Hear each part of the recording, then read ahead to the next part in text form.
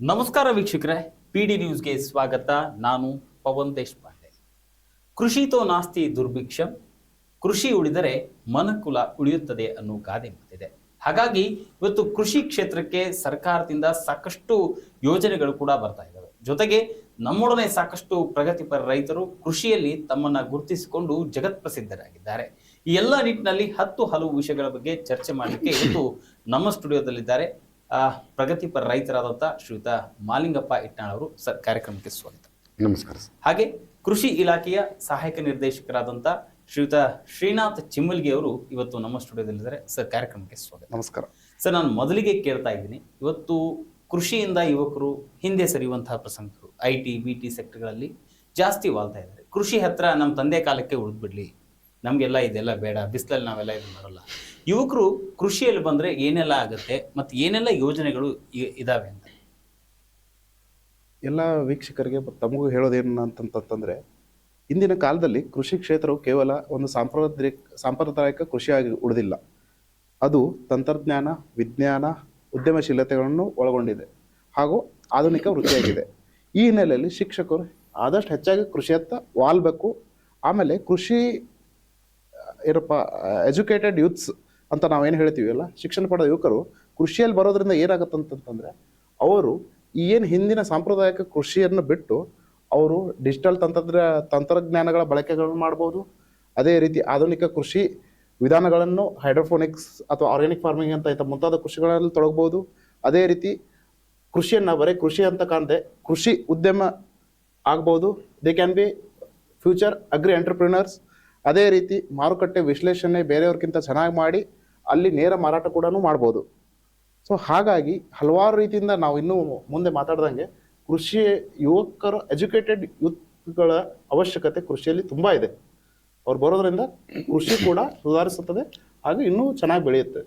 Sir, ಈಗ ಮಾಲಿಂಗಪ್ಪ ಇಟ್ನಾಳ್ ಅವರೇ, ಅಧಿಕಾರಿಗಳು ಹೇಳ್ತಾ ಇದ್ರು ಕೃಷಿಯಲ್ಲಿ ಸಾಕಷ್ಟು ವಿಪುಲ ಅವಕಾಶಗಳಿವೆ, ಯುವಕರು ಬರುವುದರಿಂದ ಸಾಕಷ್ಟು ಅನುಕೂಲ ಆಗುತ್ತೆ ಅಂತ. ತಾವು ಕೂಡ ಪ್ರಗತಿಪರ ರೈತರು, ಸಾವಯವ ಕೃಷಿಯಿಂದ ಇವತ್ತು ಸಾಕಷ್ಟು ಜನಾನುರಾಗಿಯಾಗಿದ್ದೀರಿ. ಏನು ಹೇಳ್ತೀರಿ ಈ ವಿಷಯದ ಬಗ್ಗೆ?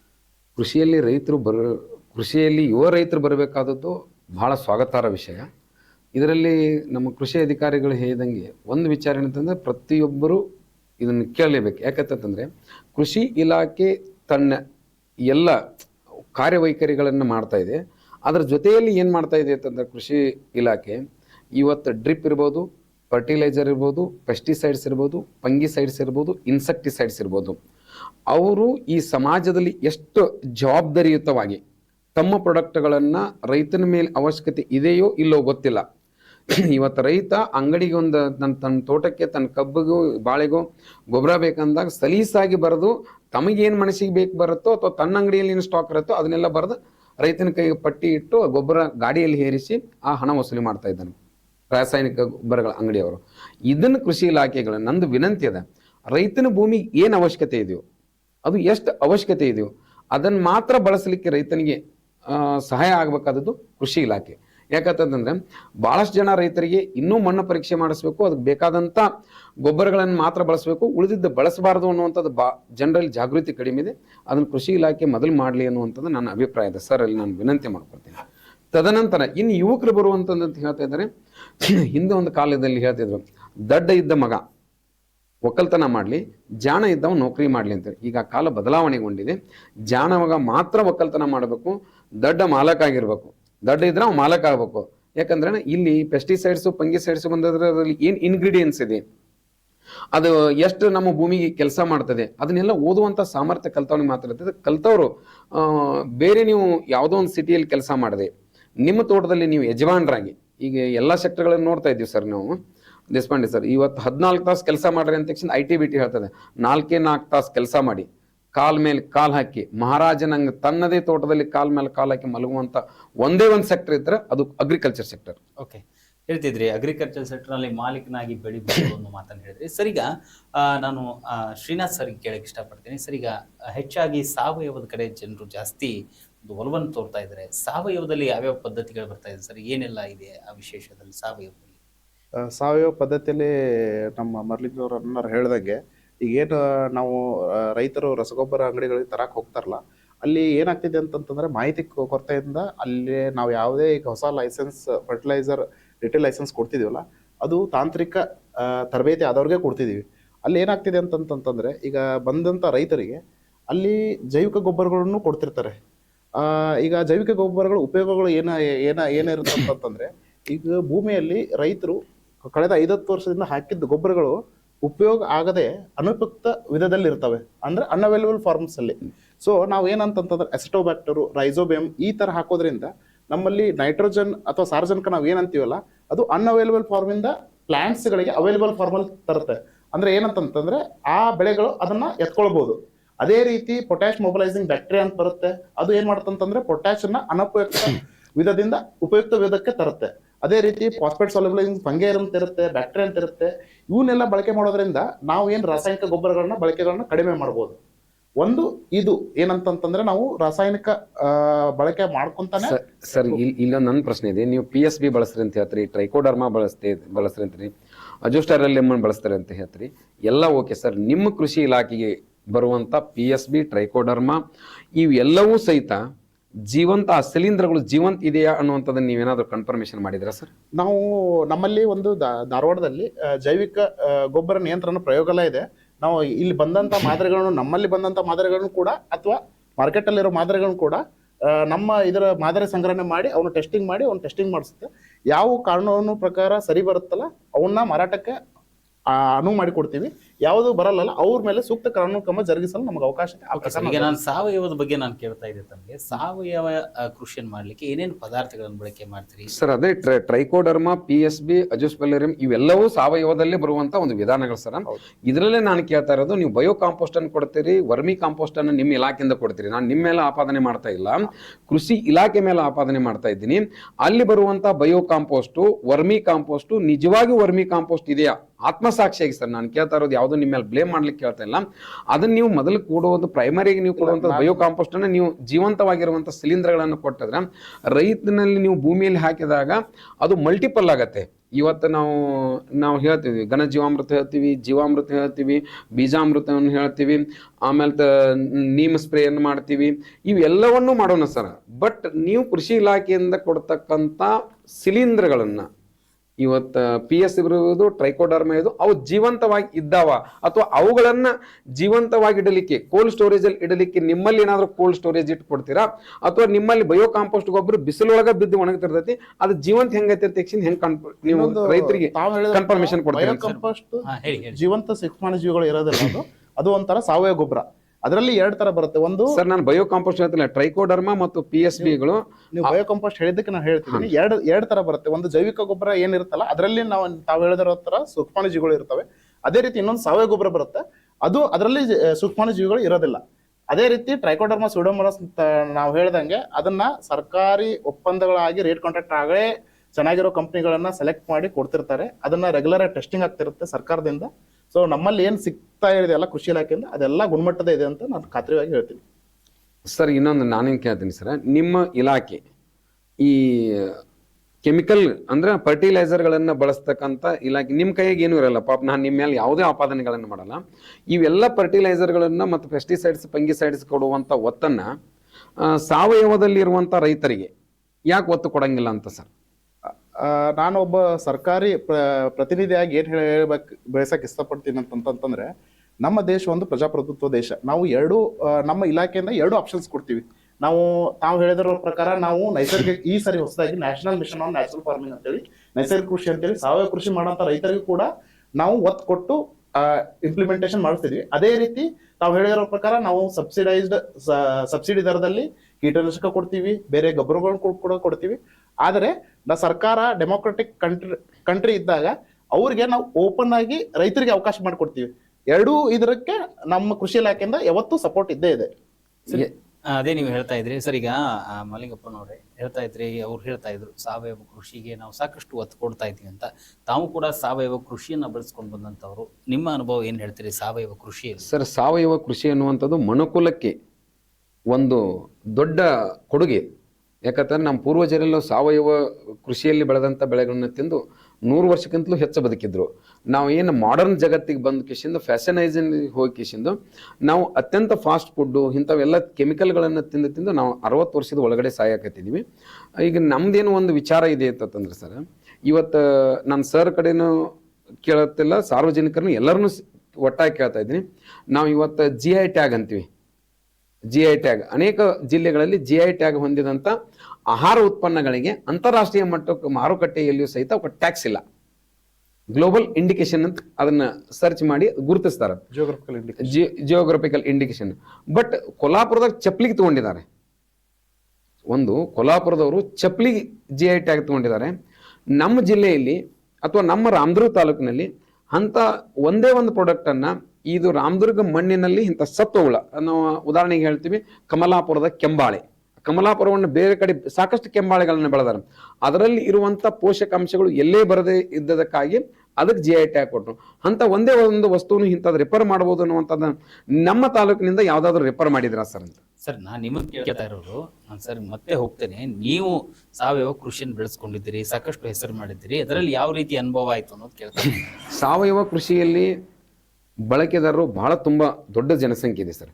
ಇವತ್ತಿನ ದಿನಮಾನದಲ್ಲಿ ಇದರಲ್ಲಿ ಒಂದು ವಿಚಿತ್ರ ಏನಂದ್ರೆ ಸರ್, ಬಳಕೆದಾರರು ಮತ್ತು ಬೆಳೆಗಾರರ ಮಧ್ಯ ಒಂದು ಬ್ರಿಡ್ಜ್ ಇಲ್ಲಾಗಿದೆ ಸರ್. ಅದಕ್ಕಾಗಿ ಸರ್ಕಾರ FPOಗಳನ್ನು ಮಾಡಿತು. ಇವತ್ತು ಅದನ್ನು ಸರಿಯಾಗಿ ನಮ್ಮ ರೈತರು ಬಳಸ್ತಾ ಇಲ್ಲ.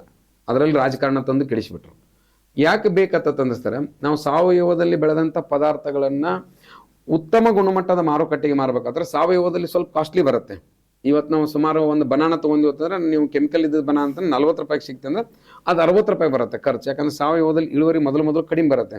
ಅದನ್ನು ಉತ್ತಮ ದರ್ಜೆ ಜನ ಇರುವಂಥ ಮಾರುಕಟ್ಟೆ ಮಾಡ್ಬೇಕಂತಂದ್ರೆ ಅದಕ್ಕೊಂದು ವ್ಯವಸ್ಥೆ ಬೇಕು ಸರ್. ಅದಕ್ಕಾಗಿ ಸರ್ಕಾರ ತನ್ನದೇ ಒಂದು ಪೋರ್ಟಲ್ ಮಾಡಿದೆ ಇತ್ತಿತ್ತಲಾಗಿ. ಅದರಲ್ಲಿ ನೀವು ಅಪ್ಲೋಡ್ ಮಾಡಬೇಕು. ಮತ್ತು ಪ್ರತಿಯೊಂದನ್ನು ಕೃಷಿ ಇಲಾಖೆ ಅಧಿಕಾರಿಗಳು ರೈತನ ಮನೆ ತಲುಪಿಸಲಿಕ್ಕೆ ಆಗಂಗಿಲ್ಲ. ಈಗ ಎಲ್ಲ ಆನ್ಲೈನ್ ಜಗತ್ತು ಬಂದಿದೆ. ನಾವು ಪ್ರತಿದಿನ ಏನಾಗ್ತಾ ಇದೆ ನೋಡ್ಬೇಕಾಗತ್ತೆ. ಸಾವಯವ ಕೃಷಿಯಿಂದ ರೈತನ ಬಾಳು ಬಂಗಾರ ಆಗತ್ತದೆ. ಯಾಕೆ ಬಂಗಾರ ಆಗ್ತೈತೆ ಅಂದ್ರೆ ಉತ್ತಮ ರೇಟ್ ಸಿಗತ್ತೆ ಸರ್. ನನ್ನ ಮನೆಯವರು ಯಾವುದೇ ಚಿಕಿತ್ಸೆಯನ್ನು ಪಡೆದೆ ಆರೋಗ್ಯವಂತ ಸಮಾಜವನ್ನು ನಾನೇ ನಿರ್ಮಾಣ ಮಾಡ್ಕೊಳ್ಬೋದು. ನನ್ನ ಸುತ್ತಮುತ್ತಲಿನ ಜನ ಆ ಕುಟುಂಬವನ್ನು ನೋಡ್ಕಿಸಿಂದ ಅವರೆಲ್ಲರೂ ಪರಿವರ್ತನೆ ಆಗತಕ್ಕಂಥ ಕಾಲ ಬಂದಿದೆ. ಅದರಲ್ಲಿ ಇತ್ತಿತ್ತಲಾಗಿ ಬಂದು ಈಗೆಲ್ಲ ಅತಿ ಹೆಚ್ಚು ಸಾವಯವ ಕಡೆ ಒತ್ತು ಕೊಡ್ತಾ ಇದ್ದಾರೆ. ಮರಳಿ ಮಣ್ಣಿಗೆ ಅನ್ನುವಂಥ ಕಾನ್ಸೆಪ್ಟ್ ಅನ್ನು ಇಟ್ಟುಕೊಂಡು ಬಹಳಷ್ಟು ಜನ ಯುವಕರು IT-BT ಅಲ್ಲಿ ಆಗತಕ್ಕಂಥ ಹರಾಸ್ಮೆಂಟ್ ಅನ್ನ ಅರಿತುಕೊಂಡು ಕೃಷಿಯ ಕಡೆಗೆ ಮರಳಿ ಮಣ್ಣಿಗೆ ಅನ್ನುವಂಥ ಕಾನ್ಸೆಪ್ಟ್ ಅನ್ನು ಇಟ್ಟುಕೊಂಡು ಇಲ್ಲೇ ಬರ್ತಿದ್ದಾರೆ. ಈಗ ಅನೇಕ ಯುವಕರು ತಮ್ಮ ತೋಟಗಳನ್ನ ಸಾವಯವ ತೋಟಗಳನ್ನ ಮಾಡಿ ಅಗ್ರಿ ಟೂರಿಸಂ ಅನ್ನುವಂಥ ಕಾನ್ಸೆಪ್ಟ್ ಅನ್ನು ಇಟ್ಟುಕೊಂಡು ಕಿಸಿಂದ ಅನೇಕ ಇಲ್ಲಿ ರೆಸಾರ್ಟ್ ಫೀಲ್ ಅನ್ನ ರೈತರಿಗೆ ತೋಟದಲ್ಲಿ ಕೂತು ಅದೇ ತೋಟದಲ್ಲಿ ಬೆಳೆದಂತ ಆಹಾರ ಪದಾರ್ಥಗಳಲ್ಲಿ ಆಹಾರ ತಯಾರು ಮಾಡಿಸಿ ಉಂಡು ಹೋಗುವಂಥದ್ದು ಈ ಕೃಷಿ ಟೂರಿಸಂ ಅನ್ನುವಂಥದ್ದು ಬರ್ತಾ ಇದೆ. ಹಿಂಗ ಅನೇಕ ಈ ಕೃಷಿ ಅಂದಾಗ ಏನಾಗತ್ತೆ ಸರ್, ಸಾವಯವ ಇದ್ರ ಮಾತ್ರ ನಾವೆಲ್ಲರೂ ಬದುಕಲಿಕ್ಕೆ ಸಾಧ್ಯ. ನಾವೆಲ್ಲರೇ ಅತಿಯಾದ ಕೆಮಿಕಲ್ ಅನ್ನು ಬಳಸಿದ್ರೆ ನಮ್ಮ ಸಾವಿಗೆ ನಾವೇ ಮುನ್ನುಡಿ ಬರ್ದಂಗೆ ಸರ್. ಸರ್, ನಾನು ಮತ್ತೆ ಕೃಷಿ ಇಲಾಖೆ ಅಧಿಕಾರಿಗಳಿಗೆ ಕೇಳ್ತೀನಿ ಸರ್. ಈಗ ಸಾಕಷ್ಟು ಜನ ರಸಗೊಬ್ಬರ ಬಳಸ್ಕೊಂಡು ತಮ್ಮ ಭೂಮಿ ಫಲವತ್ತತೆಯನ್ನು ಕಳೆದುಕೊಂಡು ಹೋಗಿರುತ್ತೆ. ಆ ಫಲವತ್ತತೆಯನ್ನು ಮತ್ತೆ ಮರುಪಡ್ಕೊಳ್ಳಿಕ್ಕೆ ಅಥವಾ ಏನಾದರೂ ಜಾಗೃತಿ ಕಾರ್ಯಕ್ರಮಗಳು ಅಥವಾ ರೈತರಿಗೆ ತಿಳುವಳಿಕೆ ಕಾರ್ಯಕ್ರಮಗಳು ಏನಾದರೂ ನಡೆಸ್ತೀರಾ ಅಂತ? ನಾವು ಖಂಡಿತ ಮಾಡ್ತಿದ್ದೀವಿ. ಇವಾಗ ಎಲ್ಲ ಪಂಚಾಯತಿಯಲ್ಲೂ ಕೂಡ ನಾವು ಭೂಮಿ ತಾಯಿ ರಕ್ಷಣೆ ಕಣ್ಗಾವಲು ಸಮಿತಿ ಸಭೆಯನ್ನು ನಡೆಸ್ತಾ ಇದ್ದೀವಿ. ಇವತ್ತೇ ಬೆಳಿಗ್ಗೆ ನಾನು ಇಡಗಲ್ ಗ್ರಾಮ ಪಂಚಾಯತಿಯಲ್ಲಿ ಭೇಟಿ ನೀಡಿ ಆ ಸಭೆ ಮಾಡಿದ್ದೀವಿ. ಇಲ್ಲಿ ನಾವು ಏನು ಹೇಳ್ತೀವಿ ಅಂತಂತಂದರೆ, ಜುಡಿಷಿಯಸ್ ಯೂಸ್ ಆಫ್ ಫರ್ಟಿಲೈಸರ್ಸ್, ಸಂಯುಕ್ತ ರಸಗೊಬ್ಬರಗಳ ಬಳಕೆ, ಯಾವ ರೀತಿ ನಾವು ಯೂರಿಯಾ DAP ಬಗ್ಗೆ ಯಾವ ರೀತಿ ಬೆಳೆಸ್ಬೇಕು. ಆಮೇಲೆ ಈಗ ಭೂಮಿ ಆಲ್ರೆಡಿ ಯಾವಾಗಿದ್ರೂ ಕೂಡ ನಾವು ಒಂದು ಹೆಲ್ದಿ ಸಾಯಿಲ್ ಅಂತ ಏನು ಹೇಳ್ತೀವಿ ಅಂತಂತಂದರೆ ಅದರಲ್ಲಿ 4:2:1 ರೇಷಿಯೋಲ್ಲಿ ಸಾರಜನಕ, ರಂಜಕ, ಪೊಟ್ಯಾಶ್ ಇರಬೇಕು. ಬಟ್ ಇವಾಗ ನಮ್ಮ ಭೂಮಿಯಲ್ಲಿ 8:4:1 ಇದೆ. ಸಾರಜನಕ ನಾವು ಅತಿಯಾಗಿ ಉಪಯೋಗ ಮಾಡಿದ್ದೀವಿ, ಅದೇ ರೀತಿ ರಂಜಕನ ಉಪಯೋಗ ಮಾಡಿದ್ದೀವಿ. ಸೊ ಈ ಆಲ್ರೆಡಿ ನಾವೇನು ಮಣ್ಣಲ್ಲಿರೋ ಸಾರಜನಕನ, ರಂಜಕನ ನಾವು ಬಳಸ್ಬೇಕಂತಂತಂದರೆ ನಾವು ಜೈವಿಕ ಗೊಬ್ಬರಗಳನ್ನ ಮೊರೆ ಹೋಗ್ಬೇಕು. ಈಗ ಮುಂಚೆ ಎಲ್ಲ ಜನರು ಏನಪ್ಪ ಅಂತಂತಂದರೆ ದೇಸಿ ಹಸು ಸಗಣಿ ಮತ್ತು ಗೋಮೂತ್ರನ ಬಳಕೆ ಮಾಡಿಕೊಂಡು ಏನು ನಮ್ಮ ಭೂಮಿಯಲ್ಲಿರೋ ಆರ್ಗ್ಯಾನಿಕ್ ಮ್ಯಾಟರ್ ಡಿಕಂಪೋಸ್ ಚೆನ್ನಾಗಾಗ್ತಿತ್ತು. ಬಟ್ ಇವಾಗ ಅದು ದನಕರುಗಳು ಕಡಿಮೆ ಮಾಡಿರೋದ್ರಿಂದ ನಮ್ಮ ರೈತರು ಹೊರಗಡೆ ಹ್ಯೂಮಿಕ್ ಆಸಿಡ್ ಮೇಲೆ ಡಿಪೆಂಡ್ ಆಗ್ತಿದ್ದಾರೆ. ಸೊ ಇವನ್ನೆಲ್ಲ ಕೂಡ ಕಡಿಮೆ ಮಾಡಿ, ಆಮೇಲೆ ನಮ್ಮ ಮುಂಚೆ ನಮ್ಮ ಹಿರಿಯರು ಹಸುವಿನ ಹಾಲಿಗೋಸ್ಕರ ಕಟ್ತಿರ್ಲಿಲ್ಲ. ಅವ್ರ ಮೇನು ಸಗಣಿ ಮತ್ತೆ ಗೋಮೂತ್ರಕ್ಕೋಸ್ಕರ ಜಾಸ್ತಿ ಜನ ಕಟ್ತಿದ್ರು. ಹಾಲಿಗೋಸ್ಕರ ಕಟ್ಟೋದಾಗಿದ್ರೆ 1 ಅಥವಾ 2 ದನಗಳು ಕಟ್ಬೋದಾಗಿತ್ತು. ಅವರು 20 ರಿಂದ 30 ದನಗಳನ್ನ ಯಾಕೆ ಕಟ್ತಿದ್ರು ಅಂತಂತಂದ್ರೆ ಅವಾಗ ಅಷ್ಟು ಅವಶ್ಯಕತೆ ಇತ್ತದು. ಬಟ್ ಇವಾಗ ಏನಂತಂತಂದ್ರೆ 1-2 ಹಸುವಿನ ಮೇಲೆ ನಾವು ಜಾಸ್ತಿ ಗೊಬ್ಬರ ತಯಾರು ಮಾಡ್ಕೋಬೇಕು. ಜಮೀನ್ ಜಾಸ್ತಿ ಇದ್ರೆ ನಾವು ಯಾವ ತರ ಇದನ್ನ ಹೋಗ್ಬೇಕಂತಂತಂದ್ರೆ ಬೀಜಾಮೃತ, ಜೀವಾಮೃತ, ಘನ ಜೀವಾಮೃತ, ಆಮೇಲೆ ಏನಂತಂತಂದ್ರೆ ಎರೆಹುಳ ಗೊಬ್ಬರ, ಈ ತರ ನಾವು ಒಂದೇ ಒಂದು ದೇಸಿ ಹಸುವಿನಿಂದ 5 ರಿಂದ 10 ಎಕರೆಗೆ ಆಗುವಷ್ಟು ನಾವು ಇದನ್ನ ತಯಾರು ಮಾಡ್ಕೋಬಹುದು. ಈಗ ಅದರ ವಿಧಾನದ ಬಗ್ಗೆ ನಮ್ಕಿಂತ ಚೆನ್ನಾಗಿ ನಮ್ಮ ಏನು ಪ್ರಗತಿಪರ ರೈತರು, ಸಾವಯವ ಕೃಷಿ ರೈತರಾದಂತ ಮರ್ಲಿಂಗನವರು ಬೇಕಾದ್ರೆ ಹೇಳ್ತಾರೆ. ಮಾಲಿಂಗನಪ್ಪ. ಎಸ್, ಗೋನಂದಾಜೆಲ್ಲ ಬಳಸೋದಿರುತ್ತೆ ಸರ್. ಅಂದ್ರೆ ಈಗ ನಮ್ಮಲ್ಲಿ ಮುಂಚೆ ಎಲ್ಲ ಆಕಳು ತೀರ್ಕೊಂಡಾಗ ಅವನು ಹೋದ ಭೂಮಿಯಲ್ಲಿ ಹೂಳ್ತಿದ್ವಿ ಸರ್. ಇವತ್ತು ಗೋಧನ ಅಂದಾಜಲ ಅನ್ನುವಂಥದ್ದು ಒಂದು ಸಿಮೆಂಟ್ ಪೈಪ್ನಲ್ಲಿ ಆ ಆಕಳವನ್ನೇ ಡೈರೆಕ್ಟ್ ಹಾಕಿ ಅದರ ಮೇಲೆ ನಾವು ಮಜ್ಜಿಗೆ, ಸಗಣಿ, ಗೋಮೂತ್ರ ಇವೆಲ್ಲವನ್ನು ಹಾಕಿ ಪ್ಯಾಕ್ ಮಾಡಿ ಅದೊಂದು ಕೆಲವೊಂದಿಷ್ಟು ದಿವಸಗಳ ನಂತರ ಅದರಿಂದ ಬರುವಂಥ ಜಲವನ್ನು ತೆಗೆದು ನಾವು ಭೂಮಿಗೆ ಸ್ಪ್ರೇ ಮಾಡೋದ್ರಿಂದ ಅತ್ಯುತ್ತಮವಾದ ಬೆಳೆ ಬರ್ತೈತೆ ಅಂತ ಕಂಡುಕೊಂಡು ಗೋನಂದಾಜಲ ಅನ್ನುವಂಥದ್ದನ್ನು ಈಗ ಪ್ರಾರಂಭ ಬಹಳಷ್ಟು ಜನ ರೈತರು ಮಾಡ್ಕೊಂಡಿದ್ದಾರೆ. ಬಹಳ ಉತ್ತಮ ಬೆಳವಣಿಗೆ. ಮತ್ತು ಇದು ಸಾವಯವ ಕಡೆ ಅತಿ ಹೆಚ್ಚು ಯುವ ರೈತರು ಬರ್ತಾ ಇದ್ದಾರೆ. ಬಹಳ ಒಳ್ಳೆಯ ಸ್ವಾಗತಾರ್ಹ ವಿಷಯ ಸರ್. ಸರಿ, ಹೇಳ್ತಾ ಇದ್ರಿ ಇವತ್ತು ತಿನ್ನುವ ಅನ್ನ ಕೂಡ ವಿಷ ಆಗ್ತಾ ಇದೆ. ಸಾವಯವದಿಂದ ವಿಷ ಅನ್ನೋದನ್ನ ನಾವು ವಿಷಮುಕ್ತ ಮಾಡ್ತಾ ಇದ್ದೀವಿ ಅಂತೇಳಿ. ಈ ಸಾವಯವ ಕೃಷಿಗೆ ಸರ್ಕಾರದಿಂದ ಏನಾದರೂ ಸವಲತ್ತುಗಳು ಅಥವಾ ರೈತರಿಗೆ ಪ್ರಯೋಜನಕಾರಿಯಾಗಿ ಮತ್ತು ಉತ್ತೇಜನ ನೀಡಲಿಕ್ಕೆ ಏನಾದರೂ ಯೋಜನೆಗಳನ್ನ ಹಾಕೊಂಡಿದೆ ಅಥವಾ ಏನು ಇಲಾಖೆಯಿಂದ ತಾವೇನು ಸವಲತ್ತುಗಳನ್ನು ಕೊಡ್ತೀವಿ ಅಂತ? ನಾವು ಹಾಕೊಂಡಿದ್ದೀವಿ. ಏನಂತಂತಂದ್ರೆ ಈಗ NMSRD ಅಂತ national mission on sustainable agriculture ಅಂತೇಳಿ ಒಂದು ಸ್ಕೀಮಲ್ಲಿ ಕೂಡ ನಾವು ದೇಸಿ ದನಕರುಗಳನ್ನು ರೈತರಿಗೆ ಕೊಡಿಸ್ತೀವಿ. ಅದೇ ರೀತಿ ಈಗ ಈ ಸಾರಿ national mission on natural farming, ರಾಷ್ಟ್ರೀಯ ಮಿಷನ್ ನೈಸರ್ಗಿಕ ಕೃಷಿಯಲ್ಲಿ ನಮ್ಮ ರಾಮದುರ್ಗ ತಾಲೂಕಿನಲ್ಲಿ 750 ಹೆಕ್ಟರ್ ಅಷ್ಟು ನಾವು ಪ್ರದೇಶವನ್ನ ಈ ಸಾರಿ 750 ರೈತರನ್ನ ನೈಸರ್ಗಿಕ ಕೃಷಿ ಬಗ್ಗೆ ಇದನ್ನ ಮಾಡ್ತಿದ್ದೀವಿ. ಅವರಿಗೆ ನಾವು ಈ ತರ ಜೀವಾಮೃತ, ಘನ ಜೀವಾಮೃತ, ಬೀಜಾಮೃತ ಮಾಡ್ಕೊಂಡಿದ್ದಕ್ಕೆ ಈಗ ಆಲ್ರೆಡಿ 2,000 ರೂಪಾಯಿ ಪೇಮೆಂಟು ಮಾಡಿದ್ದೀವಿ. ಈ ರೀತಿ ಹಲವಾರು ಯೋಜನೆಗಳಲ್ಲಿ ಸರ್ಕಾರದಿಂದ ಸಹಾಯಧನ ನಮ್ಮ ಸಾವಯವ ಕೃಷಿಕರಿಗೆ ನಾವು ಒತ್ತು ಕೊಟ್ಟು ಇದು ಮಾಡ್ತೀವಿ. ಆಮೇಲೆ ಅವರಿಗೆ ಯಾವುದೇ ರೀತಿ ಸರ್ಕಾರದಿಂದ ರಿಕಗ್ನಿಷನ್ಸ್ ಕೊಡಿಸ್ತಿದ್ದೀವಿ. KSS OCA ಅಂದರೆ Karnataka state seed organic certificate ಏಜೆನ್ಸಿಯಿಂದ ಅವಾಗಲೇ ಪಾಯಿಂಟ್ ತೆಗೆದಿರೋದು ಅವ್ರಿಗೆ ಸರ್ಟಿಫಿಕೇಶನ್ಸ್ ಕೂಡ ಕೊಡ್ತಿದ್ದೀವಿ. ದಟ್ ಅವರು ಸಾವಯವ ಕೃಷಿಕರು ಅಂತೇಳಿ ಸರ್ಟಿಫಿಕೇಟ್ ಕೂಡ ಕೊಡ್ತಿದ್ದೀವಿ. ಅವರು ಬೆಳೆದಂತ ಬೆಳೆಗೆ ಮೌಲ್ಯವರ್ಧನೆ ಮಾಡಲಿಕ್ಕೆ PMFME, Pradhan Mantri prime minister formulation of micro enterprises ಅಂತೇಳಿ, ಇದು ಆರ್ಗ್ಯಾನಿಕ್ ಫಾರ್ಮರ್ಸ್ ಆಗಿರ್ಬೋದು ಅಥವಾ ಸಾವಯವ ಕೃಷಿಕರಾಗಿರ್ಬೋದು ಅಥವಾ ರಾಸಾಯನಿಕ ಕೃಷಿ ಎರಡರಿಗೂ ಕೂಡ ಕೊಡ್ತಿದ್ದೀವಿ ಅದರಲ್ಲಿ PMFME. ಸರಿ, ಈಗ ಸಾವಯವ ಕೃಷಿ ಬಗ್ಗೆ ನಾವು ಮಾತಾಡ್ತಾ ಇದ್ವಿ. ಮಾಲಿಂಗಪ್ಪ ಅವರೇ, ತಾವು ಕೂಡ ಸಾವಯವ ಕೃಷಿಯಲ್ಲಿ ಬೆಲ್ಲವನ್ನು ತಯಾರಿಕೆ ಮಾಡ್ತೀರಿ, ಸಾಕಷ್ಟು ದೇಶ ವಿದೇಶಗಳಿಗೆ ತಾವು ರಫ್ತನ್ನು ಮಾಡ್ತೀರಿ. ಸೊ ಸಾಮಾನ್ಯ ಬೆಲ್ಲಕ್ಕೂ ಈ ಸಾವಯವ ಬೆಲ್ಲಕ್ಕೂ ಏನು ವ್ಯತ್ಯಾಸ ಕಂಡುಕೊಂಡ್ರಿ? ಸರಿ, ಒಂದೇ ವಿಚಾರ ಮೂಲತಃ ನಮ್ಮ ಹಿರಿಯರು ಹೆಂಗೆ ಬೆಲ್ಲ ಮಾಡ್ತಿರೋ ಅದನ್ನೇ ಮಾಡ್ತಾ ಇದ್ವಿ. ನಾವೇನು ವಿಶೇಷ ಅಂತಂದರೆ ಅದನ್ನು ವ್ಯಾಲ್ಯೂ ಎಡಿಷನ್ ಮಾಡಿದ್ವಿ. ಈಗ ಬೆಲ್ಲ ಅಂತಂದ್ರೆ ಮುಂಚೆ ಬೆಲ್ಲ ಒಂದೇ ಇತ್ತು, ನಾವು ಅದರಲ್ಲಿ ಕಾಫಿ ಹಾಕಿದ್ವಿ, ಚಾಕ್ಲೇಟ್ ಹಾಕಿದ್ವಿ, ಜಿಂಜರ್ ಹಾಕಿದ್ದೀವಿ, ಆಮೇಲೆ ಏಲಕ್ಕಿಯನ್ನು ಕೂಡಿಸಿದ್ದೀವಿ, ಆಮೇಲೆ ಟರ್ಮರಿಕನ್ನು ಕೂಡಿಸಿದ್ದೀವಿ. ಹಿಂಗೆ 18 ಥರದ ಇಂಡಿಯಾನ ಫಸ್ಟ್ ಟೈಮ್ 18 ಥರದ ಬೆಲ್ಲವನ್ನು ಕೊಟ್ಟು ಜಗತ್ತೇ ಮತ್ತು ವಾಪಸ್ ಬೆಲ್ಲದ ಕಡೆ ನೋಡೋ ಹಂಗೆ ಮಾಡಿದ್ವಿ. ಮತ್ತು ಹಿಂದೆ ಪೂರ್ವಜರು ಯಾವ ಥರ ಬೆಲ್ಲ ಮಾಡ್ತಿದ್ರು ಅದೇ ಥರ ನಾವೀಗ ನೋಡಿ, ಬೆಲ್ಲ ಒಂದು ಬರೀ ಆಹಾರ ಅಲ್ಲ, ಅದೊಂದು ದಿವ್ಯ ಔಷಧಿ. ಯಾಕೆ ದಿವ್ಯ ಔಷಧಿ ಅಂತಂದರೆ ನಾವು ನೋಡ್ತೀವಿ, ಸಂಕ್ರಮಣ ಬಂತು ಎಳ್ಳು ಬೆಲ್ಲ ತಿಂತೀವಿ, ಯುಗಾದಿ ಬಂತು ಬೇವು ಬೆಲ್ಲ ತಿಂತೀವಿ, ಅಮಾವಾಸ್ಯೆ ಬಂತು ಬೇಳೆ ಬೆಲ್ಲ ತಿಂತೀವಿ, ನಾವು ಹೊರಗೆ ಹೋಗಿ ಬಂದಾಗ ಬಾಯಾರಿಕೆಗೆ ಬೆಲ್ಲವನ್ನು ಕೊಡ್ತೀವಿ. ಇದು ಬೆಲ್ಲ ಅನ್ನುವಂಥದ್ದು ಒಂದು ಔಷಧಿ ಅಲ್ಲ, ಇದು ಆಹಾರ ಅಲ್ಲ, ಇದೊಂದು ದಿವ್ಯ ಔಷಧಿ. ಇದನ್ನು ಯಾಕೆ ಎಲ್ಲರೂ ಮಾಡಿರ್ತಂದ್ರೆ, ನನ್ನಂಥ 100 ಜನ ಬೆಲ್ಲದ ಫ್ಯಾಕ್ಟ್ರಿಯನ್ನು ಹಾಕಿದ್ರು ಭಾರತ ದೇಶಕ್ಕೆ ಇನ್ನೂ ಕೊರತೆನೇ ಆಗತ್ತೆ ಹೊರತು ಹೆಚ್ಚಾಗಲ್ಲ. ಎಲ್ಲರೂ ಅನೇಕ ಯುವಕರು ಈ PMFME ಒಳಗೆ ಪ್ಯಾಕೇಜಿಂಗ್ನಿಗೂ ರೊಕ್ಕ ಕೊಡ್ತಾರೆ ಸರ್, ಆಮೇಲೆ ನಮ್ಮ ಪ್ರೊಡಕ್ಷನ್ಗೂ ರೊಕ್ಕ ಕೊಡ್ತಾರೆ, ಮಷಿನರಿಗೂ ರೊಕ್ಕ ಕೊಡ್ತಾರೆ. ಆಮೇಲೆ ಈಗಾಗಲೇ ನಮ್ಮ ಸೆಟಪ್ ಇದ್ದು ಅದನ್ನು ಮುನ್ನಡೆಸಕ್ಕೆ ನಮ್ಮ ಕಡೆಯಿಂದ ಆಗಂಗಿಲ್ಲ ತಂದಾಗೂ ಸಹಿತ ಸರ್ಕಾರ ರೊಕ್ಕ ಕೊಡುತ್ತೆ, ಅಡ್ವರ್ಟೈಸ್ಮೆಂಟ್ ಕೊಡುತ್ತೆ, ನಿಮ್ಗೆ ಟ್ರೈನ್ ಅಪ್ ಮಾಡುತ್ತೆ. ಇದೆಲ್ಲವೂ 50% ಸಬ್ಸಿಡಿಯಲ್ಲೇ ನಿಮಗೆ ಕೊಡ್ತಾರೆ. ಮತ್ತು ಇದಕ್ಕೆ ಅವ್ರು DRP ಒಬ್ಬರು ನೇಮಿಸಿರ್ತಾರೆ, ಅವ್ರು ಯಾವುದೂ ಚಾರ್ಜ್ ಮಾಡಲ್ಲ, ನಿಮ್ಮ ಮನೆಗೆ ಬರ್ತಾರೆ, ಅವರೇ ನೋಡ್ಕೊಳ್ತಾರೆ. ಆಮೇಲೆ ಸಬ್ಸಿಡಿ ಕೊಡಲಿಕ್ಕೆ ಬ್ಯಾಂಕ್ನವ್ರು ಹಿಂಜರಿದ್ರೆ, ಬ್ಯಾಂಕಲ್ಲಿ ನಿಮ್ದು ಇದು ಸರಿಯಾಗಿರ್ಬೇಕು, ಏನು ಸಿಬಿಲ್ ರಿಪೋರ್ಟ್ ಅದೊಂದು ಸರಿಯಾಗಿದ್ದರೆ ಬ್ಯಾಂಕ್ನಿಂದ ಸಾಲ ಕೊಡಿಸಲಿಕ್ಕೂ ಸಹಿತ ಇವರ ಇಲಾಖೆಯಿಂದ ಒಬ್ಬ ಅಧಿಕಾರಿ ನೇಮಕ ಮಾಡಿದ್ದಾರೆ, ರೈತರಿಗೆ ಅನುಕೂಲ ಆಗಲಿ ಅಂತ. ರೈತರು ಇವನ್ನೆಲ್ಲನೂ ತಿಳ್ಕೊಬೇಕಾಗತ್ತೆ. ಬರೀ ಕೃಷಿ ಇಲಾಖೆ ಇರೋದಂದ್ರೆ ಬರೀ ಸಬ್ಸಿಡಿಗೆ ಅಂತ ಅರ್ಥ ಅಲ್ಲ, ಅಲ್ಲಿ ಬರುವಂಥ ವಸ್ತುಗಳನ್ನು ಅಧಿಕಾರಿಗಳನ್ನು ಸಂಪರ್ಕಿಸಿ ನಾವು ಮೌಲ್ಯವರ್ಧನೆ ಮಾಡಿ ಅದನ್ನು ಅಂತಾರಾಷ್ಟ್ರೀಯ ಮಟ್ಟದಲ್ಲಿ ಬೆಳೆದಂಥ ಬೆಳೆಗಳನ್ನು ಅಂತಾರಾಷ್ಟ್ರೀಯ ಮಟ್ಟಕ್ಕೆ ಒಯ್ಯಕ್ಕೆ ಪ್ರತಿಯೊಬ್ಬ ಅಧಿಕಾರಿಗಳು ಉತ್ಸಾಹ ಇದ್ದಾರೆ. ಬಟ್ ನಾವೇನು ಮಾಡಾಕತ್ತೀವಿ ಅಂತಂದ್ರೆ ನನಗೆ ಗಳೆ ಕೊಡು, ರೂಟರ್ ಕೊಡು, ನನಗೆ ಡ್ರಿಪ್ ಕೊಡು, ಇದ್ರ ಗೊಂದಲದಲ್ಲಿ ಉಳಿದೀವಿ. ಬಟ್ ಇಂಥ 10 ಎಕರೆ ಡ್ರಿಪ್ಗಳನ್ನು ಮಾಡಬಲ್ಲಂಥ ಶಕ್ತಿ ತುಂಬಲಿಕ್ಕೆ ಸಾಕಷ್ಟು ಯೋಜನೆಗಳದಾವ. ನಾವು ಅಲ್ಲಿಂದ ತಗೋಬೇಕು. ಅಂದರೆ ಅನೇಕ ಈಗ ಮಹಿಳಾ ಸಂಘಗಳಿಗೆ ಕೃಷಿ ಇಲಾಖೆಯಿಂದ ಬಿಸುಗಿರಣಿಗಳನ್ನು ಕೊಡಾಕತ್ತಾರ, ಶಾವಿಗೆ ಮೆಷಿನ್ಗಳನ್ನು ಕೊಡಾಕತ್ತಾರ, ಅನೇಕ ಗೃಹ ಉಪಯೋಗ ಆಗುವಂಥ ಅವ್ರು ಕೊಡ್ತಾರೆ. ಆಮೇಲೆ ಈಗ ಮನ್ಯಾಗ ಹಪ್ಪಳ ಶಾಂಡಿಗೆ ಮಾಡತ್ನಂತಲ್ಲ, ಇವೆಲ್ಲ ಮಷಿನ್ಗಳಿಗೂ 50% ಕೊಡ್ತಾರೆ. ರೋಟಿ ಮಾಡುವಂಥ ಮಷಿನ್ಗಳಿಗೂ ಸಬ್ಸಿಡಿ ಕೊಡ್ತಾ ಇದ್ದಾರೆ. ಅನೇಕ ಮಹಿಳಾ ಸಂಘಗಳಿರ್ಬೋದು, ಮಹಿಳೆಯರಿರ್ಬೋದು, ಗ್ರಾಮೀಣ ಭಾಗದ ರೈತ ಮಹಿಳೆಯರು ತಮ್ಮ ಒಕ್ಕಲ್ತನದ ಕೆಲಸದ ಜೊತೆ ಮಾಡ್ಬೋದು. ಆಮೇಲೆ ಪನ್ನೀರ್ ಮಾಡ್ಬೋದು, ಡೈರಿ ಉತ್ಪನ್ನಗಳನ್ನು ಮಾಡ್ಬೋದು. ನೀವು ಯಾವುದೇ ವಸ್ತುವನ್ನು, ನೀನು ತೋಟದಲ್ಲಿ ಬೆಳೆದಂಥ ವಸ್ತುವನ್ನು ಅದನ್ನು ಮೌಲ್ಯವರ್ಧನೆ ಮಾಡಿ ಮಾರುಕಟ್ಟೆಗೆ ಹೊರಗೆ ಹೋಗೋಕೆ ಪ್ಯಾಕೇಜಿಂಗ್ ಇರ್ಬೋದು, ಡಿಸೈನ್ ಇರ್ಬೋದು, ಎಲ್ಲ ಬ್ರ್ಯಾಂಡಿಂಗ್ ಇರ್ಬೋದು, ಎಲ್ಲವನ್ನು ಸರ್ಕಾರ ನೋಡ್ಕೊಳ್ಳುತ್ತೆ. ಆ ರೊಕ್ಕಕ್ಕೆ 50% ಸರ್ಕಾರ ಬ್ಯಾಂಕಿಗೆ ಅವರೇ ಕಟ್ತಾರೆ. ಸರ್, ಈಗ ಮಹಾಲಿಂಗಪ್ಪ ಅವರು ಹೇಳ್ತಾ ಇದ್ರು, ಸರ್ಕಾರ ಸಾಕಷ್ಟು ಸೌಲಭ್ಯಗಳನ್ನು ಕೊಡ್ತಾ ಇದೆ, ಮಷಿನರಿಗಳನ್ನು ಕೊಡ್ತಾ ಇದೆ. ಸೊ ತಮ್ಮ ಇಲಾಖೆಯಿಂದ ಏನೇನು ವಿತರಣೆ ಮಾಡ್ತೀರಿ ಸರ್? ಅಂದರೆ ಯಾವ್ಯಾವ ಮಷಿನರಿನ ರೈತರಿಗೆ ಕೊಡ್ತೀರಿ, ಸ್ವಲ್ಪ ಹೇಳ್ಬೋದಾ? ಈಗ ಮಾಲಿಂಗಪ್ಪನವ್ರನ್ನವ್ರು ಹೇಳಿರ್ತಾರ, ಈಗ ರೈತ ಏನು ವಿಚಾರ ಮಾಡ್ತಿದ್ದಾನೆ ಅಂತಂತಂದರೆ ಅವನು ಏನು ಒಂದು ಬೆಳೆಯನ್ನು ಭೂಮಿಯಲ್ಲಿ ಬಿತ್ತೋದು, ಆ ಏನು ಇಳುವರಿ ಬರುತ್ತಲ್ಲ ಅಲ್ಲಿವರೆಗೂ ಅಷ್ಟೇ ವಿಚಾರ ಮಾಡ್ತಿದ್ದಾನೆ.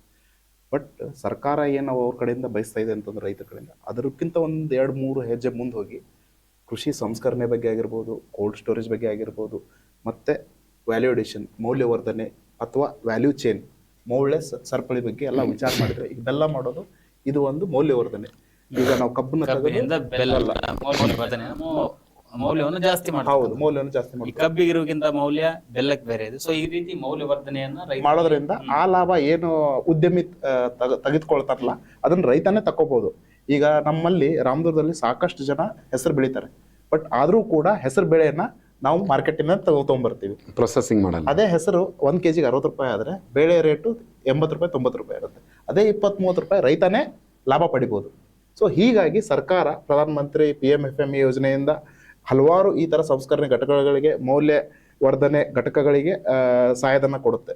ಅದರಲ್ಲಿ ಏನು ಮಾಡ್ತಾರೆ ಅಂತಂತಂದರೆ ಮ್ಯಾಕ್ಸಿಮಮ್ 50% ಸಬ್ಸಿಡಿಯಲ್ಲಿ 15 lakhsವರೆಗೂ ಗರಿಷ್ಠ ಮಿತಿ ಇಟ್ಟು ನಾವು ಯಾವುದೇ ಸಂಸ್ಕರಣಾ ಘಟಕಕ್ಕೆ ನಾವು subsidy, credit linked back and subsidy ಅಂತ ಕೊಡ್ತೀವಿ. ಇದರಲ್ಲಿ ಏನಾಗುತ್ತೆ ಅಂತಂತಂದರೆ ಆ ರೈತ, ಸಂಬಂಧಪಟ್ಟ ರೈತ 10% ತಾನೇ ಸ್ವಂತ ಬಂಡವಾಳ ಹಾಕಬೇಕಾಗುತ್ತೆ. ಉಳಿದಿದ್ದನ್ನ ನಾವು ಲೋನ್ ಮುಖಾಂತರ, ಸಿಬಿಲ್ ಸ್ಕೋರ್ ಚೆನ್ನಾಗಿದ್ರೆ ಅವ್ರಿಗೆ ಲೋನು ಈಸಿಯಾಗಿ ದೊರೆಯುತ್ತೆ. ಉಳಿದಿದ್ದ ಸಬ್ಸಿಡಿ ಕೂಡ ಇದಾಗುತ್ತೆ, ಅವ್ರು ಚೆನ್ನಾಗಿ ಮಾಡ್ಕೊಂಡು. ಪರಿಕರ ಹೇಳಿದಿರೋ ಥರ ನಾವು ಯಾವುದು ಘಟಕಗಳನ್ನ ಹಾಕ್ತೀವಲ್ಲ ಅದಕ್ಕೆ ಸಂಬಂಧಪಟ್ಟ ಪರಿಕರಗಳು ಸಿಗ್ತಾವೆ. ಈಗ ಜೋಳದಿಂದ ರೊಟ್ಟಿ ಮಾಡೋದಾಗಿದ್ರೆ ರೊಟ್ಟಿ ಮೇಕಿಂಗ್ ಮಿಷಿನ್ ಹಾಕ್ತೀವಿ, ಗೋಧಿಯಿಂದ ನಾವು ಶಾವಿಗೆ ಮಾಡೋದಾಗಿದ್ರೆ ಶಾವಿಗೆ ಮೇಕಿಂಗ್ ಮಿಷಿನ್ ಕೊಡಲಾಗ್ತದೆ. ಅದೇ ರೀತಿ ಹಪ್ಪಳ ಮಾಡೋದಾದ್ರೆ ಹಪ್ಪಳ ಮಾಡೋ ಮಿಷಿನ್ ಕೊಡಲಾಗುತ್ತೆ. ಈ ಕಬ್ಬಿನಿಂದ ನಾವು ಬೆಲ್ಲ ತಯಾರು ಮಾಡ್ತೇವೆ ಅಂತಂದ್ರೆ ಅದನ್ನ ತಯಾರು ಮಾಡುವಂಥ ಏನೇನು ನಮಗೆ ಇಕ್ವಿಪ್ಮೆಂಟ್ಸ್ ಬೇಕಾಗಿದ್ದಿಲ್ಲ ಅವನ್ನೆಲ್ಲ ನಾವು ಕೊಡ್ತೀವಿ. ಈಗ ಬೇಳೆ ಮಾಡ್ಬೇಕಂತಂತಂದ್ರೆ ದಾಲ್ ಪ್ರೊಸೆಸಿಂಗ್ ಯೂನಿಟನ್ನು ಹಾಕಿ ಕೊಡ್ತೀವಿ. ಈ ರೀತಿ ನಮ್ಮ ಏನು ನಾವು ಕೃಷಿ ಉತ್ಪನ್ನಗಳನ್ನು ನಾವು ಮೌಲ್ಯವರ್ಧನೆ ಮಾಡ್ತೀವಿ ಅದಕ್ಕೆ ಸಂಬಂಧಪಟ್ಟ ಯಾವುದೇ ಕೃಷಿಗೆ ಸಂಬಂಧಪಟ್ಟ ಯಾವುದೇ ಉತ್ಪನ್ನಗಳನ್ನು ನಾವು ಮೌಲ್ಯವರ್ಧನೆ ಮಾಡ್ಬೋದು. ಇದರಲ್ಲಿ ತೋಟಗಾರಿಕೆ ಬೆಳೆಗಳು ಬರ್ತವೆ. ನಾವು ಈಗ ಪಶುಸಂಗೋಪನೆ ಸಂಬಂಧಪಟ್ಟಂಗೆ ಹಾಲು AHIDF ಅಂತ ಯೋಜನೆ ಇದೆ, animal husbandry integrated development fund ಅಂತ ಹೇಳಿದೆ. ಅದರಲ್ಲಿ ಕೂಡ ನಾವು ಹಾಲು ಮತ್ತು ಪನ್ನೀರ್ ಮೇಕಿಂಗ್ ಕೂಡ ನಾವು ಮಾಡ್ಕೋಬಹುದು. ಮೀನದ ಇವನ್ ಮುಂದೆ ಹೋಗಿ ಏನಂತಂದ್ರೆ ಗೋಟಲ್ಲಿ ಮೀಟ್ ಪ್ರೊಸೆಸಿಂಗ್ನ ಕಟ್ಟಿಂಗ್ ಮಾಡಿ ನಾವು ಎಕ್ಸ್ಪೋರ್ಟ್ ಮಾಡ್ಬೋದು.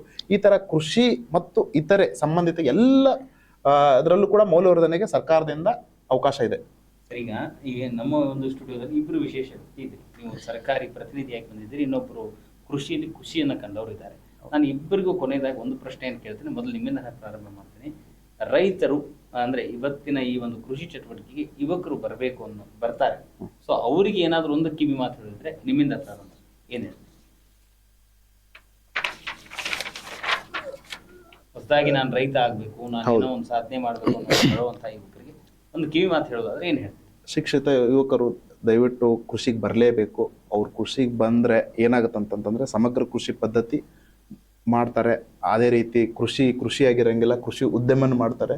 ಸೊ ಕೃಷಿ ಉದ್ಯಮ ಕೈಗಾರಿಕೆ ಆದರೆ ಅದಕ್ಕೆಂದೂ ಸೋಲಿಲ್ಲ.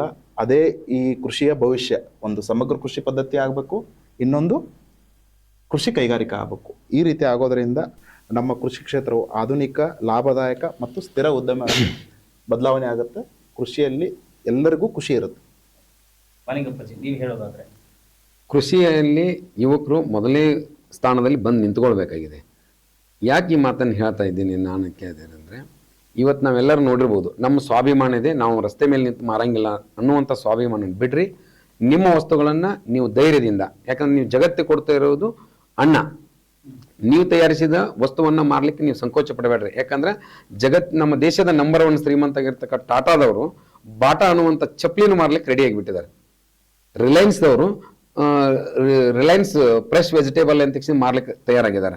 ಅದಕ್ಕಾಗಿ ನಾವು ರೈತರ ಸಹಿತ ಉತ್ತಮವಾದಂಥ ಉತ್ಪನ್ನಗಳನ್ನು ತಯಾರು ಮಾಡಿ ಗ್ರಾಹಕರ ಮನೆಯವರೆಗೆ ತಲುಪಿಸ್ಲಿಕ್ಕೆ ಎಲ್ಲ ಸೌಲಭ್ಯಗಳನ್ನು ಈಗೆಲ್ಲ ನಾವೆಲ್ಲ ಜಂಜಿಗಳು ಭಾಳ ಮಂದಿ ಬಿಟ್ಟಿದ್ದಾರೆ. ಈಗ ಅದಕ್ಕೆ ನಾನೇನು ವಿನಂತಿ ಏನದೆ ಅಂತಂದ್ರೆ, ಯುವಕರು ಕೃಷಿಯತ್ತ ಬರಲೇಬೇಕು. ಯಾಕಂತಂದ್ರೆ ಕೃಷಿ ಅನ್ನುವಂಥದ್ದು ಜಗತ್ತಿನ ಮುಂದಿನ, ಯಾಕಂದ್ರೆ ನಾವು ಏನೋ ಒಂದು ಬಿಟ್ಟು ನಡಿಬೋದು, ಇವತ್ತು IT BT ಬಂದಾದ್ರೂ ಆಗ್ಬೋದು, ಆದರೆ ಅನ್ನ ಇಲ್ದೇನೆ ನಾವು ಯಾರೂ ಬದುಕಲಿಕ್ಕೆ ಸಾಧ್ಯನೇ ಇಲ್ಲ. ಅದಕ್ಕಾಗಿ ಅನ್ನ ಬಹುಮುಖ್ಯ ಪಾತ್ರ ವಹಿಸ್ತದ. ಅದಕ್ಕಾಗಿ ಯುವಕರು ನಾನು ಹೇಳೋದಿಷ್ಟೇ, ನೀವು ಬರ್ರಿ, ಆಲೆ ಮನೆಗೆ ಬೇಕಾದಂಥ ಎಲ್ಲ ಪ್ರಾಡಕ್ಟ್ಗಳಿಗೆ, ಎಲ್ಲ ಮಷಿನರಿಗಳಿಗೆ ಸರ್ಕಾರ ಸಬ್ಸಿಡಿ ಕೊಡ್ತದ. ನೀವು ರೊಟ್ಟಿ ಮೆಷಿನ್ ಹಾಕಿದ್ರು ಕೊಡ್ತದ. ಎಲ್ಲ ಯುವಕರು ಯಾಕೆ ಮುನ್ನೆಲೆಗೆ ಬರ್ಬೇಕಂತಂದ್ರೆ, ಇಲ್ಲಿ ನೀವು ಅಗ್ರಿ ಎಂಟರ್ಪ್ರನರ್ ಆಗಬೇಕು. ನೀವು ಯಾವುದೋ ಒಂದು ಬಿಡಿಗಾಸಿಗಾಗಿ ಎಲ್ಲೋ ಕುಂಡ್ರುಕ್ಕಿತನ, ನೀವು ಅಗ್ರಿಕಲ್ಚರ್ ಬಂದು ನೀವೇ ಓನರ್ ಆಗಿ 10 ಜನರಿಗೆ ಕೆಲಸ ಕೊಟ್ಟು ನೀವೆಲ್ಲರಿಗೂ ಊರಿಗೆ ದಾರಿದೀಪ ಆಗ್ರಿ. ಕಲ್ತಂಥವ್ರೆಲ್ಲರೂ ನಿಮ್ಮ ಯಾವುದೋ ಒಂದು ವಿಲಾಸಿ ಜೀವನವನ್ನು ಬಿಟ್ಟು 10 ಜನರಿಗೆ ಅನ್ನ ಹಾಕುವಂಥ, ದುಡಿಯುವ ಕೈಗಳಿಗೆ ಕೆಲಸ ಕೊಡುವಂಥ ರೈತನಾಗ್ರಿ ಅನ್ನುವಂಥದ್ದು ನನ್ನ ಆಸೆ, ಮಹದಾಶೆ ಸರ್. ಖಂಡಿತವಾಗ್ಲೂ ಇವತ್ತು ಕೃಷಿ ಅನ್ನೋದು ಒಂದು ಯಾವುದೋ ಒಂದು ಸೂತ್ರವನ್ನು ಹಾಕಿದ್ರೆ ಕ್ಲಿಯರ್ ಆಗುವಂಥ ಪ್ರಾಬ್ಲಮ್ ಇಲ್ಲ. ಯಾಕಂದ್ರೆ ಇದನ್ನ ತಿಳಿದು ಮಾಡೋದಲ್ಲ, ಅರ್ಥಕೊಂಡು ಮಾಡೋದು, ಕಲ್ತ್ಕೊಂಡು ಮಾಡೋದು ಅನ್ನೋಂಗಿಲ್ಲ. ಸೊ ಹೀಗಾಗಿ ಸಾವಯವ ಕೃಷಿ ಇವತ್ತು ಸಾಕಷ್ಟು ಜನರ ಜೀವಕ್ಕೆ ಅಮೃತವಾಗಿದೆ.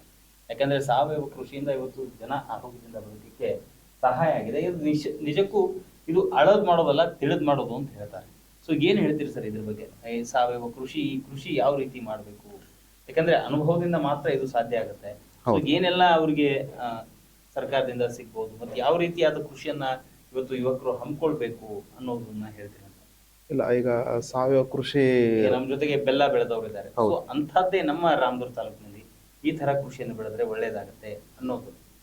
ಇಲ್ಲಿ ಕೂಡ ತುಂಬಾ ಜನ ಸಾವಯವ ಕೃಷಿಕರಿದ್ದಾರೆ. ಅದರಲ್ಲೇ ಒಂದು ರೀತಿ ಹೇಳ್ಬೇಕಂತಂದ್ರೆ, ಇರನಗೌಡ ಪಾಟೀಲ್ ಅಂತೇಳಿ ಕಟ್ಕೊಳ್ಳದ ರೈತರು ಹಲವಾರು ವರ್ಷಗಳಿಂದ ಸಾವಯವ ಕೃಷಿ ಮಾಡ್ತಿದ್ದಾರೆ. ಅದರಲ್ಲಿ ಯಶಸ್ಸು ಕೂಡ ಕಂಡಿದ್ದಾರೆ. ಅಣ್ಣವ್ರು ಹೇಳಿರೋ ತರ ಸ್ಟಾರ್ಟಿಂಗ್ 1-2 ವರ್ಷ ನಮಗೆ ಇಳುವರಿ ಇದಾಗುತ್ತೆ. ಅಲ್ಲಿ ನಾವು ಅದನ್ನ ಸಾವಯವ ಕೃಷಿ ಅನ್ನೋಕ್ಕಿಂತನೂ ಇಟ್ಸ್ ಎ ಸಸ್ಟೈನೇಬಲ್ ಅಗ್ರಿಕಲ್ಚರ್ ಅಂತ ನಾವು ಹೇಳ್ಬೋದು. ಏನಂತಂದ್ರೆ ಸ್ವಾವಲಂಬಿ ಕೃಷಿ ಅದು. ಸಾವಯವ ಕೃಷಿ ಅಂದ್ರೆ ಸ್ವಾವಲಂಬಿ ಕೃಷಿ. ಅಲ್ಲಿ ಏನಾಗುತ್ತಂದ್ರೆ ಒಂದು ಹಂತಕ್ಕೆ ಹೋದ್ಮೇಲೆ ನಮ್ಮ ಗೊಬ್ಬರಗಳನ್ನು ಅತಿ ಕಡಿಮೆ ನಾವು ಬಳಕೆ ಮಾಡೋದ್ರಿಂದ, ಅಲ್ಲಿಯೇ ಈಗ ನಾವು ಪಶುಸಂಗೋಪನೆ ಬಂದಂತ ಗೊಬ್ಬರಗಳನ್ನ ಇದಕ್ಕೆ ಉಪಯೋಗ ಮಾಡ್ಬೋದು. ಅದೇ ರೀತಿ ಮೀನು ಮಾಡಿದಂಥ ನೀರನ್ನ ಬಳಕೆ ಮಾಡ್ಬೋದು. ಅದೇ ರೀತಿ ನಾವು ಕೃಷಿಯಲ್ಲಿ ಬೆಳೆದಂಥ ಎಲ್ಲ ಅವಶೇಷಗಳನ್ನ ದನಕರುಗಳಿಗೆ ಮೇವಂತಾಗಿ ಉಪಯೋಗ ಮಾಡ್ಕೋಬಹುದು. ಅದೇ ಒಂದು ಸಸ್ಟೈನೇಬಲ್ ಅಗ್ರಿಕಲ್ಚರ್ ಆಗುತ್ತೆ. ನಮ್ಮ ಹೊರಗಡೆ ಯಾವುದೇ ಇದು ಬೇಕಾಗಲ್ಲ. ಅಲ್ಲಿ ಏನಾಗುತ್ತೆ ಅಂತಂದ್ರೆ, ನಮ್ಮ ಇನ್ಪುಟ್ ಕಾಸ್ಟ್ ಅಂತ ನಾವೇನು ಹೇಳ್ತೀವಲ್ಲ, ಒಳಹರಿವು ದುಡ್ಡು ನಮಗೆ ಅತಿ ಕಡಿಮೆ ಬಳಕೆ ಆಗುತ್ತೆ. ಅಲ್ಲಿ ಕೂಡ ಲಾಭ ಇವನ್ ಕಡಿಮೆ ಇದ್ರೂ ಕೂಡ ನಾವು ನಿವ್ವಳ ಲಾಭ ತೆಗೆದಾಗ ಅತಿ ಹೆಚ್ಚಾಗಿ ಬರುತ್ತೆ. ಸರ್, ಕಬ್ಬಿನಲ್ಲಿ ಇನ್ನೊಂದೇನಂದ್ರೆ, ನಾವು ಕಾರ್ಖಾನೆಗಳಿಗೆ 3,300 ರೂಪಾಯಿ ಕೊಡ್ತೀವಿ. ಕಬ್ಬು ಈಗ ತೆಂಗು ಹೆಂಗೆ ಕಲ್ಪವೃಕ್ಷ ಅಂತ ಕರೀತಾರೆ, ಕಬ್ಬು ಅದಕ್ಕಿಂತ ಹೆಚ್ಚು ಉತ್ಪನ್ನಗಳನ್ನು ತಯಾರಿಸ್ತದೆ. ಕಬ್ಬನ್ನು ಕಟಾವು ಮಾಡಿ ಬೆಲ್ಲ ಮಾಡ್ಬೋದು, ಸಕ್ಕರೆ ಮಾಡ್ಬೋದು, ಅದನ್ನ ಮೌಲ್ಯವರ್ಧನೆ ಮಾಡ್ಬೋದು. ಆಮೇಲೆ ಕಬ್ಬಿನಿಂದ ನಾವು ಇಥನಾಲ್ ತೆಗಿತಾ ಇದ್ದೀವಿ, ಕಬ್ಬಿನಿಂದ ಸರಾಯಿ ತೆಗಿತಾ ಇದ್ದೀವಿ, ಕಬ್ಬಿನಿಂದ ಜನರೇಷನ್ ಎಲೆಕ್ಟ್ರಿಸಿಟಿ ತೆಗಿತಾ ಇದ್ದೀವಿ, ಕಬ್ಬಿನಿಂದ ಪೇಪರ್ ತಯಾರು ಮಾಡ್ತಾ ಇದ್ದೀವಿ. ಕಬ್ಬು ಸಂಪೂರ್ಣ ಬಳಕೆ ಆಗಬಲ್ಲಂತ ಜಗತ್ತಿನ ಬೆಳೆಗಳಲ್ಲಿ, ಇಷ್ಟೊಂದು ಬಳಕೆ ಆಗಬಲ್ಲಂತ ಜಗತ್ತಿನ ನಂಬರ್ 1 ಬೆಳೆ ಯಾವ್ದಾದ್ರೆ ಅದು ಕಬ್ಬು. ಈಗ ನಾವು ಕಬ್ಬನ್ನ ಫ್ಯಾಕ್ಟ್ರಿಗೆ 3,300 ಕೊಡ್ತೀವಿ. ಕಬ್ಬನ್ನ ಒಂದು ಟನ್ ಕಬ್ಬಿನಿಂದ 30,000 ರೂಪಾಯಿ ಹೆಂಗ್ ಮಾಡ್ಬೇಕು, 1 ಟನ್ ಕಬ್ಬಿನಿಂದ 60,000 ರೂಪಾಯಿ ಹೆಂಗ್ ಮಾಡ್ಬೇಕು, 1 ಟನ್ ಕಬ್ಬಿನಿಂದ 90,000 ರೂಪಾಯಿ ಹೆಂಗ್ ಮಾಡ್ಬೇಕು. ಯಾಕಂದ್ರೆ 1 kg ಕಬ್ಬಿನಾಗ 3 ಗ್ಲಾಸ್ ಹಾಲು ಬರುತ್ತೆ. ಅದನ್ನ ನಾವು ಎಷ್ಟಕ್ಕೆ ಮಾರ್ತೀವಿ ಅನ್ನೋದು ಕ್ಯಾಲ್ಕುಲೇಟೆಡ್ ಮಾಡಿದಾಗ 1 ಟನ್ ಕಬ್ಬನ್ನು 30,000 ರೂಪಾಯಿಗೂ ಮಾರಬಲ್ಲ ಅನ್ನುವಂಥದ್ದನ್ನ ರೈತರು ತಿಳ್ಕೊಂಡು ತಮ್ಮ ಹಳ್ಳಿಯೊಳಗೆ ಮಾರಿದ್ರೆ ತುಂಬಾ ಇನ್ನೂ ಚೆನ್ನಾಗಿ ಆಗುತ್ತೆ. ಆಮೇಲೆ ಸಾವಯವ ಕೃಷಿಯಲ್ಲಿ ಈಗ ನಾರ್ಮಲ್ ಬೆಲ್ಲ ಏನಿದೆ ಅಲ್ಲ, ಅದು 50 ರೂಪಾಯಿ kg ಇದೆ. ಅದೇ ಸಾವಯವ ಕೃಷಿಯಲ್ಲಿ ಮಾಡಿದಂಥ ಬೆಲ್ಲ 80-90 ರೂಪಾಯಿ kg. ಇದು ಕೂಡ ಇನ್ನೂ ಎಕ್ಸ್ಪೋರ್ಟ್ ಮಾಡಿದ್ರೆ ಇನ್ನೂ ಹೆಚ್ಚಿನ ರೇಟಲ್ಲಿ ಹೋಗುತ್ತೆ. ಓಕೆ, ಕೃಷಿಯಿಂದ ಸಾಕಷ್ಟು ವಿಷಯಗಳನ್ನು ನಾವು ತಿಳ್ಕೊಂಡ್ವಿ. ಒಂದ್ ಕಡೆ ಅಧಿಕಾರಿಗಳು ಸರ್ಕಾರದಿಂದ ಬರತಕ್ಕಂತಹ ಸೌಲಭ್ಯಗಳಿಗೆ ಇನ್ನೂ ಒಂದು ತಿಳಿಸಿದರು. ಜೊತೆಗೆ ಅನುಭವದಲ್ಲಿ ಅಮೃತ ಕಾನೂನು ಮತ್ತೆ ಮಹಾಲಿಂಗಪ್ಪ ಇಟ್ನಾಳ್ ಪ್ರಗತಿಪರ ರೈತರು ತಮಗೆ ಸಾಕಷ್ಟು ಕಬ್ಬು ಬೆಳೆ ಹೀಗೆ ಸಾವಯವ ಕೃಷಿ ಬಗ್ಗೆ ಸಾಕಷ್ಟು ವಿಷಯವನ್ನ ತಿಳಿಸ್ಕೊಟ್ರು. ಸರ್, ಇಷ್ಟೊತ್ತು ನಮ್ಮ ಕಾರ್ಯಕ್ರಮಕ್ಕೆ ಆಗಮಿಸಿದ್ದಕ್ಕೆ ತಮಗೆ ಧನ್ಯವಾದಗಳು. ಹೀಗೆ ಹಲವು ವಿಷಯದೊಂದಿಗೆ ನಾನು ನಿಮ್ಮನ್ನ ಮತ್ತೆ ಭೇಟಿಯಾಗ್ತೀನಿ. ಹೀಗೆ ನಮ್ಮ PD ನ್ಯೂಸ್ ಅನ್ನು ನೋಡ್ತಾ ಇದ್ದೀನಿ ಅಂತ ಹೇಳ್ತಾ ನಮಸ್ಕಾರ.